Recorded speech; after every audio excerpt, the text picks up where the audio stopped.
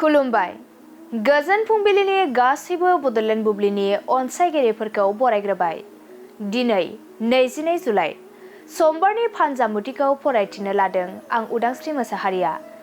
फानजामुथिनि गिबियाव दं मेष राशि।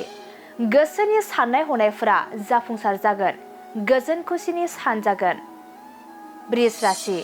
लाखोमाना थानाय बाथ्राखौ गुबुनजों मिथिजानो गिखांनाय फैगोन, गोसोआ उसुखुथु मोनबाय थागोन। मिथुन राशि। देहायाव जानाय बेराम आजारफोरा जोबस्रांलांगोन, सावस्रिखौ जोबोरैनो मोजां मोनगोन। कर्कट राशि। लोगोथिनि गेजेराव अनलायनाया बांगोन, सोमोन्दोआ गोरासिन जागोन। सिंह राशि। गोसो थोलायनायनि गेजेराव सोमोन्दोआ गोरा जागोन, रंजा खुसियैनो साना बारलांगोन।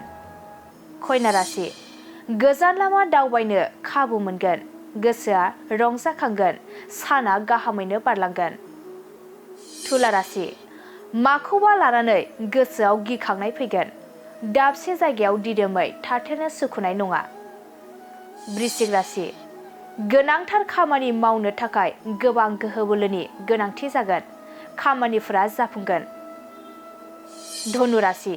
हास्थायना थानाय मुवा बेसादखौ मोनफुंनाय नङा, असान्थिनि साना बारलांगोन। मकर राशि।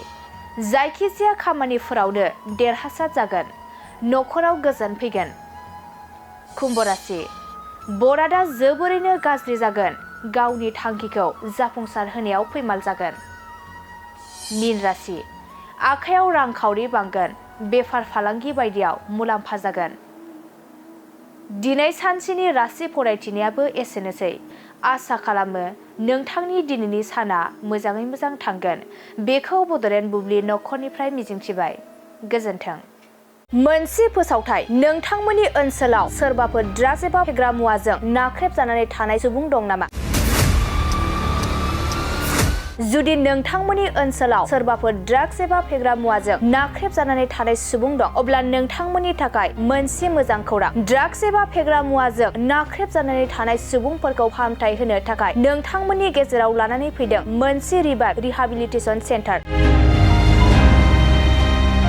जुदि नोंथांनि नखराव आरो नोंथांनि ओनसोलाव सोरबाफोर ड्राग्स एबा फेग्रा मुवाजों नाख्रेबजानानै दं, अब्ला नोंथाङा रिभाइभ रिहाबिलिटेसन सेन्टाराव फाहामथाय होफैनो हागोन। मंगलदै 1 नं बामुनपारा दरंआव थानाय रिभाइभ रिहाबिलिटेसन सेन्टाराव नोंथाङा ड्राग्स एबा फेग्रा मुवाजों गोदोसोनानै थानाय सुबुंफोरखौ फाहामथाय होफैनो हागोन। नोंथाङा नोंथांनि ओनसोलनि फेग्रा मुवाजों गोदोनानै थानाय सुबुंफोरखौ बे रिभाइभ रिहाबिलिटेसन सेन्टाराव फाहामथाय होनानै सासे राफोद आरो मोजां सुबुं खालामनो हागोन।